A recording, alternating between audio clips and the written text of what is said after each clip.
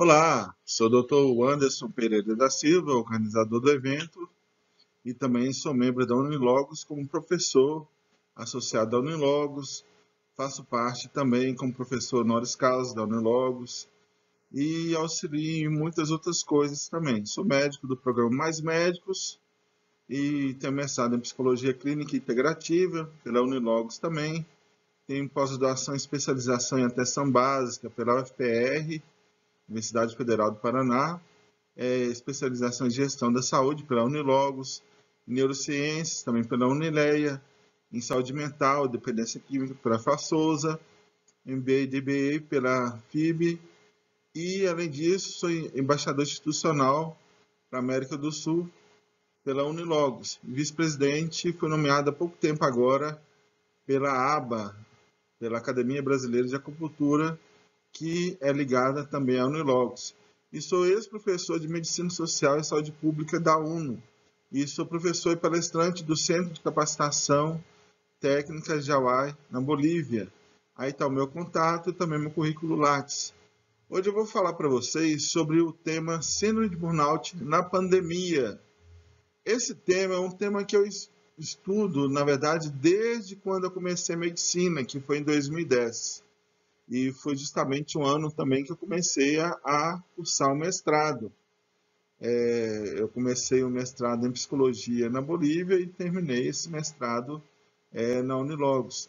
Eu estou até aqui, eu quero perguntar para vocês, eu coloquei aqui uma frase para vocês, e a frase é essa: qual é o seu propósito de vida?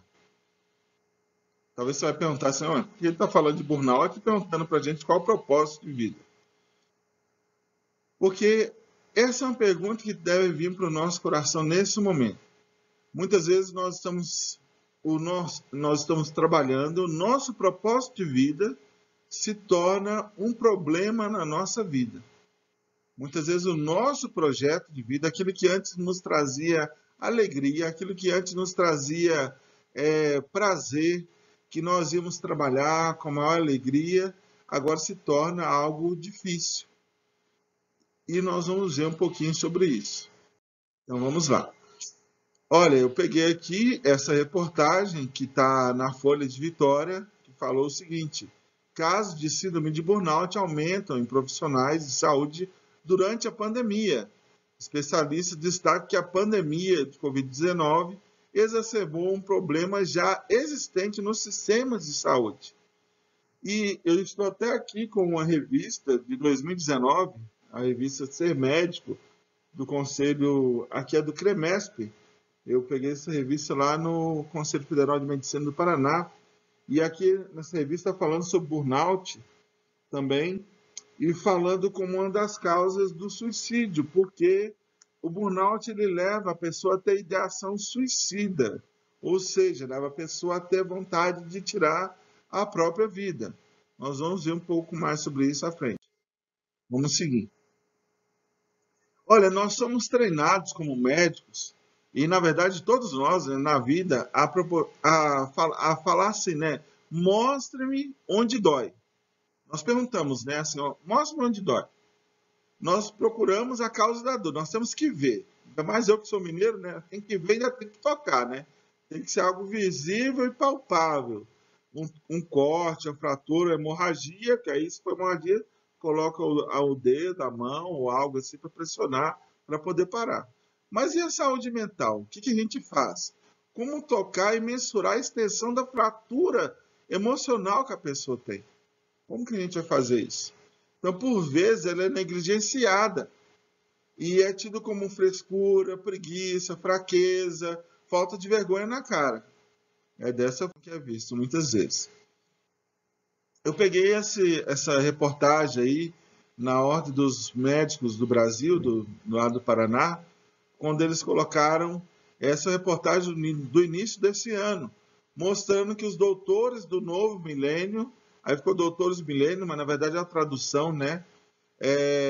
Que os doutores, na verdade, muitos estão abandonando a vida de médico, e o suicídio de médico nos Estados Unidos é de um por dia, isso antes ainda da pandemia.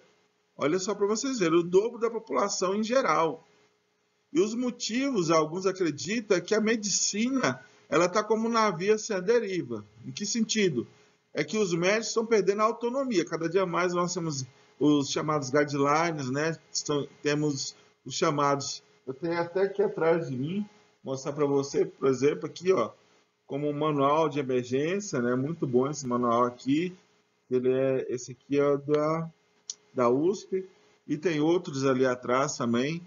Mas sempre você tem um manual a seguir, você tem diretrizes a seguir e cada hospital trabalha de uma forma, cada estado vai trabalhar dentro daquilo que é parâmetro do Ministério da Saúde ou do Ministério da Saúde do país também, né?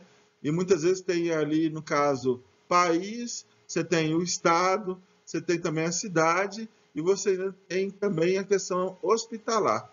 Então, são tantos protocolos, tantas coisas, que o médico se vê numa situação que, por exemplo, ele trabalha num estado, o estado cobra de uma forma.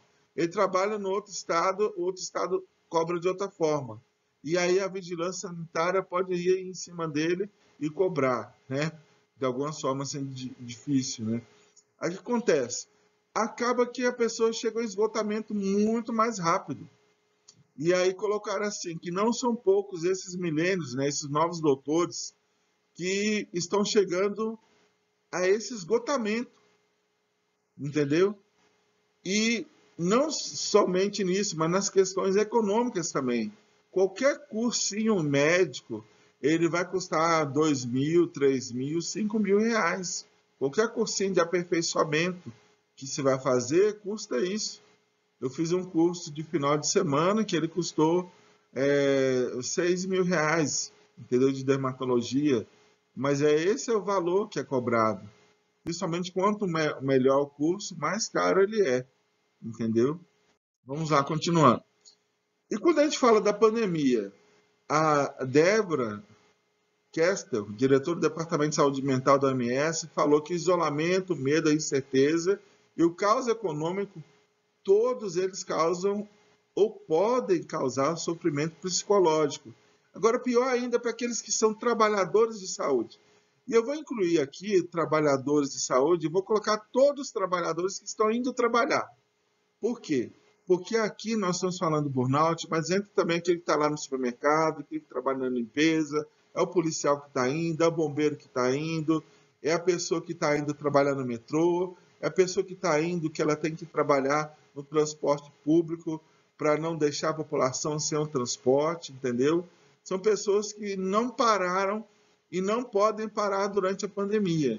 Então, essas pessoas, muitas vezes, elas estão até em isolamento, porque muitas delas estão sendo colocadas, não é assim, em hotéis. Por quê?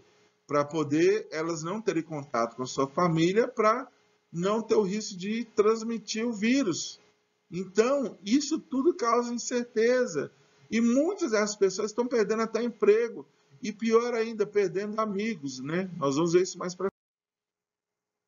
O doutor Marco Abud, médico psiquiatra do canal Saúde da Mente, pode seguir esse canal que é muito bom.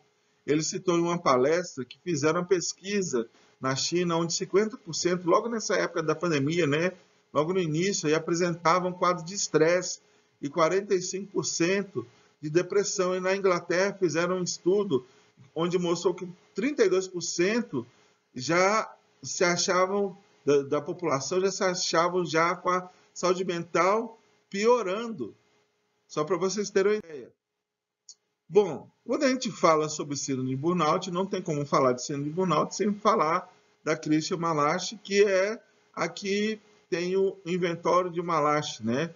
Ou burnout, ou MBI, que é mais usado, né? Chamado assim. E ela tem chamado a tríade de Malachi. Mas eu gosto de falar essa frase que ela fala, né? O humor é uma ótima maneira de aliviar o estresse. O que é a tríade de Malachi? E aí você vai agora concentrar e pensar, será que eu estou com essa tríade? Exaustão emocional, caracterizada por cansaço extremo e sensação de não ter energia para enfrentar o dia de trabalho. Antes você ia todo feliz, alegre, né? Aquela vontade de trabalhar, com toda disposição, e agora já não tem mais aquela disposição. Você já vai amuado, né? igual fala lá em Minas, já vai cansado, já não quer trabalhar, já tudo é mais difícil. Aí começa também a outra coisa, despersonalização. É uma adoção de uma atitude de insensibilidade e hostilidade em relação às pessoas que devem receber o serviço e cuidado. Se é o médico, mais um paciente, não, só vou atender 12, porque o limite é 12, entendeu? E mesmo tendo tempo, a pessoa não quer atender mais, entendeu? Ou então, vou ter que, a pessoa trabalhando com a limpeza, vou ter que limpar mais um quarto, mas é porque a pessoa vomitou ali agora, você tem que limpar. Não, não vou, não, manda outra, não vou, vou embora, estou indo embora.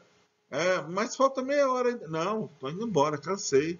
Se quiser mandar embora, manda embora.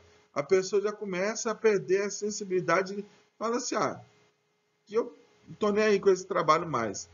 E a perda da realização pessoal, sentimentos, né, que vem aí de incompetência, de frustração pessoal e profissional. A pessoa, ela olha assim como se ela não fosse mais reconhecida. E muitas vezes nós buscamos no trabalho também o nosso reconhecimento. E nem sempre nós somos reconhecidos. Na verdade, a maioria das vezes, nós não somos reconhecidos. A maioria das vezes, principalmente nós, médicos, nós somos sempre cobrados, cobrados, cobrados. E estamos trabalhando, trabalhando, trabalhando. E é mais paciente. Quanto eu sempre brincava, né? Lá em Curitiba, que é um lugar muito bom de se trabalhar. Tem equipes maravilhosas. Eu amo demais ali Curitiba, o Tatuquara, aquele povo ali. E lá eu desenvolvi, olha para vocês verem, a síndrome de burnout. E quando eu olho para trás hoje, lembro ali das equipes, eu fico pensando, gente, como que eu desenvolvi? Eu desenvolvi porque houve uma questão lá de falta de médicos e tiveram que ficar mudando de unidade de saúde e eu tinha que fazer um trabalho que é da pós-graduação da UFPR e isso acabou gerando em mim um burnout. E mais outras coisas também, né? Como uma pessoa recém-formada, trabalhando, casos novos também. Então, uma série de fatores. Mas resumindo a história, quando eu olho para trás, eu vejo assim as equipes muito bem preparadas, as equipes assim fantásticas e com quem aprendi muito. Mas tinha momentos que eu olhava assim e falava, gente, o que eu estou fazendo aqui? Entendeu? O que eu estou fazendo aqui? Parecia que estava perdendo tempo. Mas aí quando eu vi uma criança, que eu amo atender criança, eu vi uma gestante, que eu amo atender também, e aí saía aquele paciente ou aquela paciente, e saía feliz do consultório, nossa, aí eu ganhava o meu dia, entendeu? Vamos continuar então. Vamos lá. Números da síndrome de burnout. A nível mundial, a síndrome de burnout está presente em 1 a cada 2 médicos. E só na questão geral, para você saber, em questão de estudos, assim, o Dr. Abud ele falou o seguinte, que 1 em cada 3 profissionais vai sofrer estafa. É um cansaço mental muito grande. E aqui, voltando aqui na síndrome do burnout, 1 a cada 2 médicos, ou seja, 1/3 da classe é afetada pela forma moderada da síndrome, né? E 1/10 exibe a forma mais grave, apresentando danos irreparáveis. Isso é um estudo que eu peguei e coloquei aqui para vocês verem. 2 pesquisas norte-americanas trazem dados que geram grande preocupação. Nelas, 69% de residentes em cirurgia geral e 76% dos residentes em medicina interna, que são aqueles que ficam mais tempo ali no hospital, preencheram o critério para o burnout. Na China, um estudo transversal realizado com mais de 1.500 médicos também revelou números assustadores, ou seja, 76,9% dos participantes relataram sintomas de burnout e 54,8% afirmaram ter cometido algum erro médico ao longo do último ano.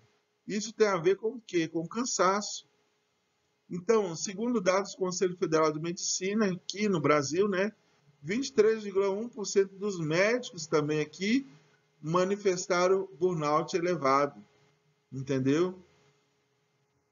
E um outro estudo mostrou também que 93% dos participantes também apresentavam um grau de moderado a elevado.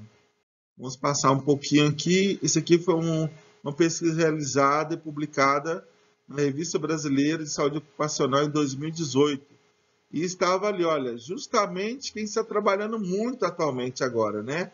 Que, olha, medicina de UTI, que está aí cuidando, né, na Covid-19, medicina de família, porque tá, às vezes você não vê, você não, acha que não atua, que não trabalha tanto, mas é o que está na linha de frente. Medicina de emergência e medicina interna, são justamente aqueles que estão ali na frente. O ortopedista nem se fala, né? Infectologista agora, ortopedista ele entrou ali naquela época agora, mas nessa agora está mais o infectologista, nefrologista, cardiologista. Gente, na verdade está todo mundo, porque está chamando todo mundo para poder trabalhar, entendeu? E vocês viram aí que o governo tem chamado até outras pessoas de outras áreas para ajudar na medicina, porque está faltando médico, né? Então, assim, é, tem sido um trabalho exaustivo. Um outro pesquisador é o Herbert Freudenberg, né, que é um psicólogo estadunidense, nascido em Frankfurt, na Alemanha, que foi um dos primeiros a descobrir os sintomas de esgotamento profissional e levar a cabo um estudo amplo sobre a síndrome de burnout. Na verdade, ele descobriu isso nele mesmo. E aí ele foi pesquisando. Vamos continuando. Ele fala assim que burnout é um incêndio interno, é um esgotamento dos recursos físicos e mentais, é esgotar-se para atingir uma meta irrealizável imposta pelo próprio indivíduo ou pela sociedade. Então, o esgotamento vai ocorrer na área da vida onde há mais expectativa de sucesso, em geral, no trabalho. Por quê? Porque se você não trabalhar, não é assim que a gente brinca? Quem não trabalha não come, não é assim? Então, se a pessoa não trabalhar, não vai ter com que se sustentar. Então, a pessoa tem que. E outra coisa, a pessoa que trabalha no hospital, por exemplo, ela tem uma chefia, ela tem a parte administrativa. E nem sempre o administrador é uma pessoa que é formado na área da saúde. E aí ele vai ter uma cobrança. Vou mexer um pouquinho na tela aqui para ficar um pouquinho melhor, para não ficar muito teto. Desculpa. Então, assim, vai ter essa cobrança, entendeu? E muitas vezes o gestor também no município, ele não tem a formação na área da saúde. E a cobrança vai ser diferente em cima do médico e da médica, né, da equipe também. Vamos lá. Ele apresentou as 12 fases da síndrome de burnout. Então, o que ele colocou nessas fases aí, né? É comum nas pessoas que têm performance de avaliação, que eu estava falando antes, né, de outras pessoas. A autoestima e o bem-estar das pessoas está vinculado com o sucesso e bem-estar no trabalho, ou seja, está bem ligado ao trabalho. Então, a primeira coisa, a identificação hiperintensificada com o trabalho, ou seja, o imediatismo com o trabalho. É aquele médico que é o anjo. Quantas vezes já ouvi falar assim, doutor, doutor, graças a Deus o senhor chegou. O senhor é um anjo, doutor. O senhor é um anjo na minha vida, né? É a expectativa, às vezes, do paciente, da paciente, de ver a cura. E quando a gente fica doente, eu também me sinto assim, porque quando eu sou paciente, eu também quero ser curado, eu também quero ser cuidado, quero ser tratado, né? Dessa forma. Então, às vezes a pessoa ela tem essa identificação assim muito forte com o trabalho. Essa é a primeira fase. Aí depois a pessoa começa, ela fica muito ali como anjo, ele quer estar ali. Qual o problema do anjo? Que ele quer estar presente o tempo todo. Esse é o problema. E ele não vai poder estar presente o tempo todo. Só Deus que é onisciente e onipresente, né? Para quem acredita em Deus, eu acredito em Deus, então eu creio que ele está presente sim. A segunda coisa, o descaso com as necessidades pessoais. Como aqui, né, a pesquisadora está ali pesquisando, quem sabe a cura para o Covid, a vacina, e a fome, e o sono, e o banheiro. Eu lembro que, às vezes, eu estava atendendo lá em Curitiba e dava assim, o horário, né, do almoço, e eu continuava atendendo. Às vezes eu fazia, teve vezes que eu fiz até 5 minutos de almoço. Só fui lá, almocei e voltei, entendeu? Nem no banheiro às vezes eu ia, entendeu? Às vezes a minha equipe falava, doutor, vai lá, entendeu? Porque às vezes a demanda era tão grande, a vontade de atender era tão grande também, principalmente nos primeiros dias, né? Mas isso foi somando, isso foi trazendo isso na proporção. Tanto que teve uma vez que a minha chefia, a chefia, aliás, do RH, lá brigou comigo. Eu falo, olha, você está fazendo errado, entendeu? Porque às vezes a gente está tão envolvido que você não percebe isso, entendeu? Que você está ali envolvido, você quer atender, você quer fazer e acaba sofrendo com isso. Vamos lá. A outra coisa, a terceira fase, aversão a conflitos. Aí começa agora a sentir sintomas físicos, né? O que seriam esses sintomas físicos? Insônias, a insônia, né? Dores. A pessoa ela pode ter intestino preso, como também intestino irritável. Então, assim, eu tinha muito intestino irritável. O que é isso? Dor de barriga mesmo. Muitas vezes dava a hora de ir para trabalhar e me dava dor de barriga. Isso fazia, às vezes, chegar um pouquinho atrasado. Por quê? Porque dava dor de barriga. Falou que tinha que ir trabalhar, dava dor de barriga, entendeu? Às vezes no trabalho dava dor de barriga. E aí, isso depois de um tempo, isso não era no início. Isso depois já de meses trabalhando, entendeu? Dava isso. A aversão, a evitação a conflitos, a não querer. A pessoa pode, não era o meu caso, mas ela fica evitando, ela não quer conversar com outros, entendeu? Eu tive, no meu caso, eu não queria estar na segunda-feira, quando tinha muita gente, e eu estava tendo pânico, entendeu? Começou a dar síndrome de pânico. E não era paciente meu, mas era de todo mundo. E era o dia da triagem também dos dentistas, né? Então ficava cheio de gente. Aí eu olhava aquilo ali, assustava, entendeu? Então a pessoa ela quer evitar isso. E eu quero dizer assim que eu tive um apoio muito bom assim do RH nesse sentido, que eles orientaram bastante. E eu muitas vezes não percebia isso. E muitas vezes a gente não percebe. Aí vem a quarta fase, a reinterpretação dos valores. A gente não percebe muitas vezes quando está nessa fase. A gente começa a ver os relacionamentos como algo fútil. Em que sentido? Pessoas que muitas vezes tinham. Eu lembro da doutora Vivian, que é a fisioterapeuta, que escutava a gente. Eu conversava com ela, é um amor de pessoa lá em Curitiba. E a gente conversava e batia papo assim. E ela falava, ô Anderson, com aquela voz doce que ela tem, é um amor de pessoa. E ela sempre falava assim: olha, aqui é muito bom de trabalhar, é tão gostoso de trabalhar. A gente podia até montar uma equipe nossa, né? Ela falava isso, a Fábio falava isso também. A gente montar até uma equipe assim. Mas muitas vezes, quando a pessoa está na quarta fase, ela começa a reinterpretar, ela quer se afastar das pessoas, entendeu? E eu estava vendo até algumas outras palestras, a pessoa ela começa a chegar tarde e sair mais tarde. Ou ela começa a chegar muito cedo e sair mais tarde. Justamente para não ter contato com as pessoas, entendeu? Justamente isso. Ela quer os horários dela de almoço, por exemplo, é diferente, para justamente não ter o contato. Vai pensando aí se está acontecendo isso com você. A negação dos problemas, aí é a quinta fase, que pode ocorrer com você na síndrome de burnout. O trabalho das outras pessoas não tem valor. É só o que você faz é que está bom. O dos outros não presta, né? Fica mais agressivo com as outras pessoas, né? É uma mínima cobrança. Não é, não, só o que eu faço é que está certo. Olha aqui, olha, tá vendo? O teste deu positivo, não, deu negativo. Se eu tivesse feito, tinha dado certo.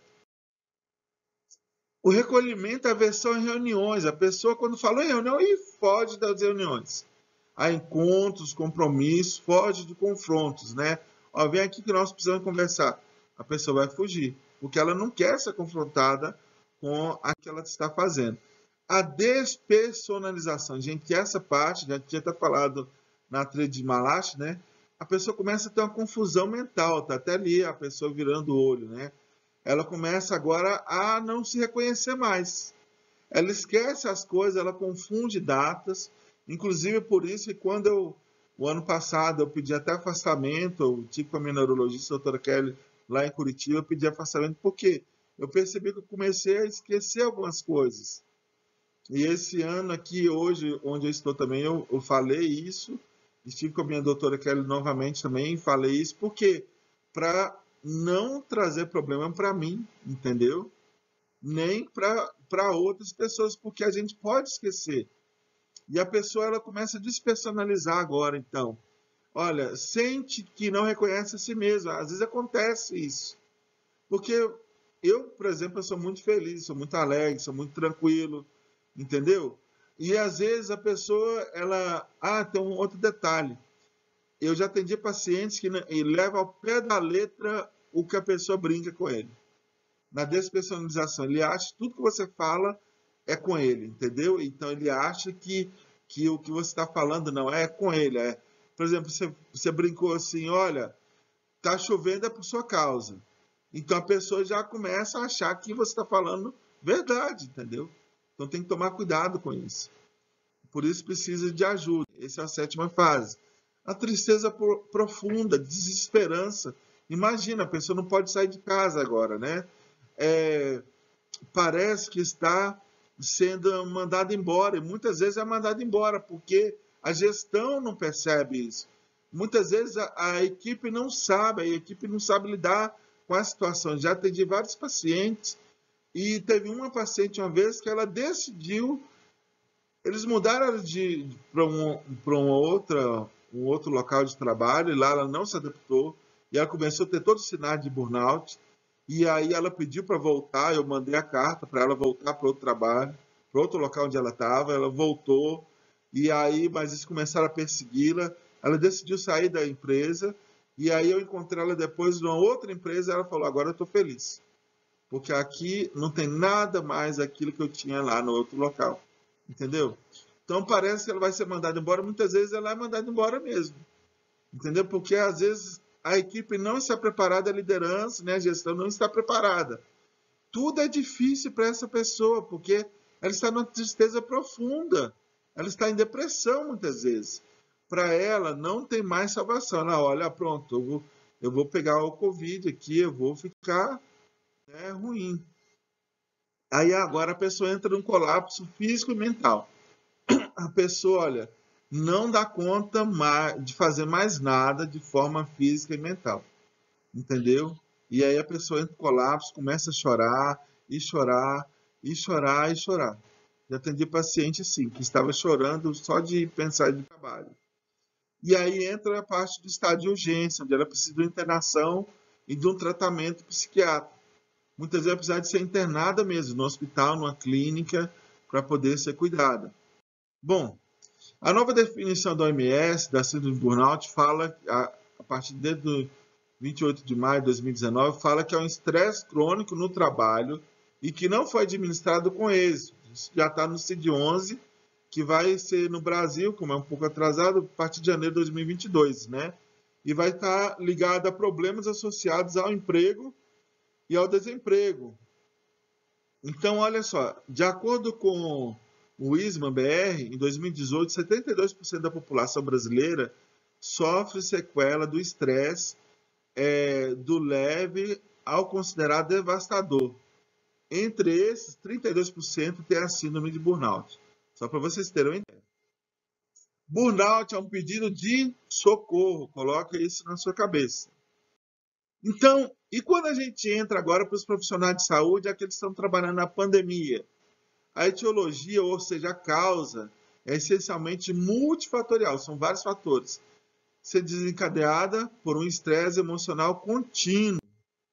Então, olha, quando chega alguém espirrando perto de você, olha, não durmo direito, fica assustado quando alguém espirra perto de mim, ou está sem máscara, não sei se a pessoa está contaminada com Covid, se eu serei o próximo a contaminar. Tem colegas falando assim, né? Não sabe mais se consegue dormir, né?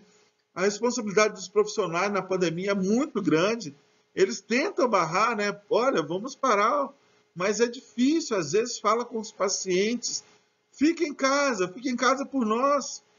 E aí, quando você vê, tá lá aquela festinha, né? Tá lá o pessoal no bar de funk, tá lá o pessoal fazendo a festa lá na não sei aonde, e aí vai, né? O cenário mundial da medicina, na pandemia, há uma pressão por respostas rápidas, igual está aqui nessa foto, né? Quem dera nós pudéssemos fazer isso, regar o planeta todo e limpar tudo de uma vez. Seria maravilhoso.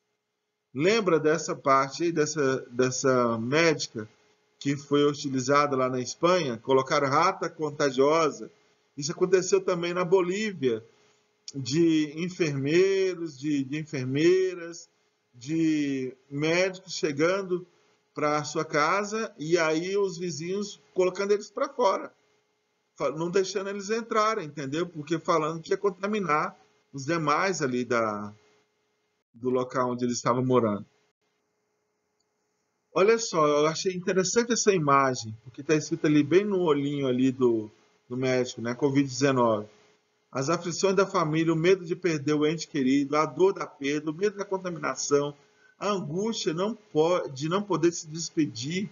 A doutora Marli falou muito bem sobre isso, não vai falar sobre isso também, somados a tudo vivenciado pelo paciente, e com o paciente influencia diretamente na vida do profissional de saúde, do profissional de limpeza, do profissional da segurança, porque muitas vezes são esses profissionais que estão ali na frente que escutam os dramas familiares, entendeu? Às vezes o médico nem ouve, às vezes a enfermeira nem ouve, mas são aqueles que estão na porta ali na recepção e que ouvem todos os dramas da família, entendeu?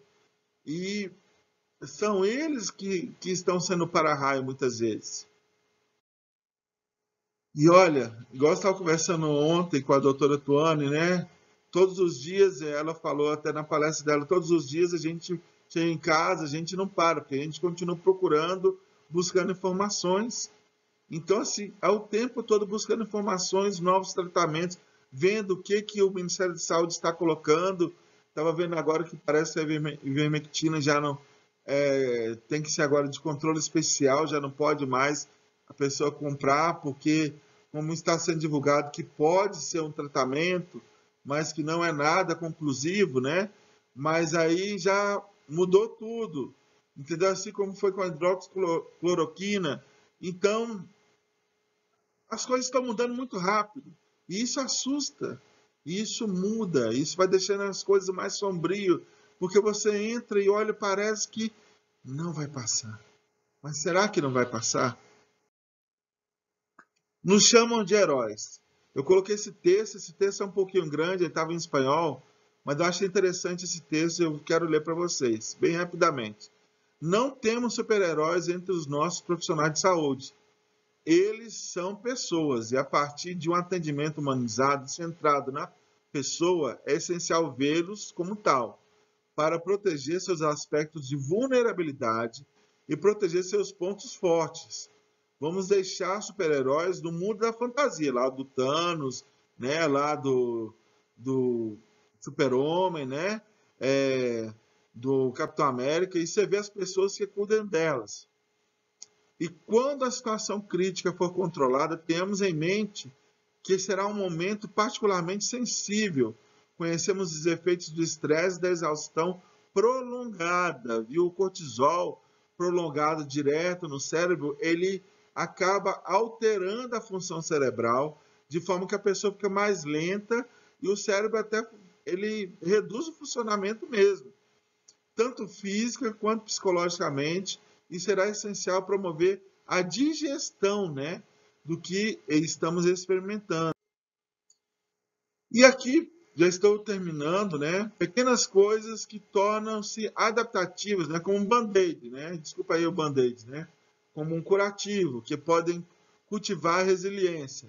Isso foi a Sarah Kane, né? Que é uma capitã do Exército, primeiro-tenente. Ela falou, revisando as estratégias, né? Algumas coisas são como clichês. Embora ninguém saiba com certeza a duração, cuidar de pacientes e famílias em Covid em suas consequências, né? Suas consequências será uma maratona e não um sprint, ou seja, não vai ser uma coisa de uma hora para outra. É uma maratona, é uma coisa que vai ser. A gente não sabe o tempo. Se não cuidarmos de nós mesmos, não haverá mais ninguém para cuidar dos pacientes. Então, se você não está bem, tem que procurar ajuda psiquiátrica, psicológica, reservar um tempo para recarregar as energias, entendeu? Para falar com quem você ama, nem que seja vestir uma roupa de dinossauro, igual aquele médico fez para encontrar com o filho, né? O bem-estar é um conceito individualizado. Nem todas as estratégias discutidas estão funcionando para todos. Identifique uma ou duas, né, que funcionará melhor para você, que ela colocou algumas estratégias e algumas nós falamos aqui já também. Mas não abandone o básico sobre alimentação, sono e higiene. Então, olha, problemas trabalhistas, alta carga horária, né, salários insatisfatórios, exposição a risco biológico, químicos, grandes pessoas, gente, colegas nossos, meninos, eu tenho 44 anos e estou vendo meninos aí de 20 e poucos anos de idade, meninos de 33 anos de idade. O meu professor, meu mestre de acupuntura lá da Bolívia, faleceu com 30 e poucos anos de idade, entendeu? Assim, a gente fica vendo, e isso dói o coração, isso dói muito o nosso coração, e a gente vê essa perda. O que eu posso falar para vocês é o seguinte: a melhor coisa que as chefias podem fazer para preservar o bem-estar das suas equipes é criar limites estruturais que limitarão o excesso de trabalho. Trabalhar com a liderança, organização, onde os cuidados paliativos, é um curso que eu estou até estudando, uma pós-graduação, serão efetivamente maximizados como equipe para familiares, né, de pacientes e para a equipe, porque os familiares também estão ali e estão junto com a equipe, né? Então defina os critérios concisos e acionáveis que possa trabalhar com a equipe e com esses familiares também, como a questão dos celulares, né, tablets para comunicação, pensar fora da caixa, né, em relação à questão de prestação de cuidados da equipe, a questão de chamada telefônica, a questão de, como falei, questão do celular, né, promover algo para poder relaxar, para ouvir uma música com eles também, entendeu? A musicoterapia ajuda muito, a atenção plena, nós vamos ver isso aqui daqui a pouquinho rapidinho. Então, assim, uma linha direta para poder falar, para desabafar. Entenda qual a carga de horário a equipe também pode acomodar e ela suporta. Então, para terminar aqui agora, quero falar para vocês, olha, o bem-estar psicológico em 5 dimensões. E antes, olha, não se automedique, busque um médico. Se você é médico, busque outro médico. Se você é psicólogo, busque outro psicólogo, outra psicóloga. Se é psiquiatra, busque outro. Em 5 dimensões, olha, eu perguntei primeiro, qual é o seu propósito de vida? Então agora foca no seu propósito de vida. Muitas vezes você vai precisar de parar e voltar para o seu propósito de vida. É ser médico, é ser enfermeiro, é ser alguém que vai estar trabalhando em limpeza e fazendo o seu melhor. Às vezes você precisa de parar. E quem não para vai acabar sendo parado. Então, foca no propósito. Quem tem propósito de vida vive mais saudável e renova o seu sistema imunológico. Tem uma autoconsciência. Eu lembro que uma colega minha aproveitou esse tempo da pandemia agora, do isolamento, para poder... Ela falou, olha, aproveitei para ter o meu tempo de autoconsciência, me conhecer, conexão interpessoal com outras pessoas, conhecer outras pessoas, conversar com quem você ama, tirar esse tempo para estar com as pessoas que você ama, mesmo que seja por celular. A atenção plena, né? Tem o Mindfulness, né? O Mindfulness, a questão da meditação. Tem várias meditações aí na internet, no YouTube, que você pode estar usando até na descrição aí, na bibliografia eu coloquei também. E a espiritualidade, eu sempre coloco isso aí. A espiritualidade é crer num ser superior, crer em alguém que controla. Eu creio em Deus, eu creio no Deus que é soberano sobre todas as coisas. E é por causa dele que eu não tirei a minha vida, porque a minha vida pertence a ele, entendeu? Então, ele é quem sustenta todas as coisas. A espiritualidade nos ajuda a pensar num algo mais, a ir além. E é tão interessante quando a gente olha para esse barquinho, né? Imagina que esse barquinho somos nós, nessa imensidão toda aqui, e aqui está, né? Nós estamos no meio e no mar aqui, tocando os céus, tocando o mar e tocando a terra ao mesmo tempo aqui, embaixo aqui desse mar, nós estamos navegando. Bom, assim eu termino a minha fala e aqui eu deixo para vocês a bibliografia, para vocês, né? E deixo também o meu contato. Eu tenho também alguns canais no YouTube, um está com o meu nome, o Anderson Silva, e tem um canal que eu criei agora também, que é um título de um livro que eu estou para lançar, que é Convivendo com Burnout. Muito obrigado a todos, espero que vocês estejam gostando da nossa conferência e continue conosco aí. E um grande abraço. Até mais.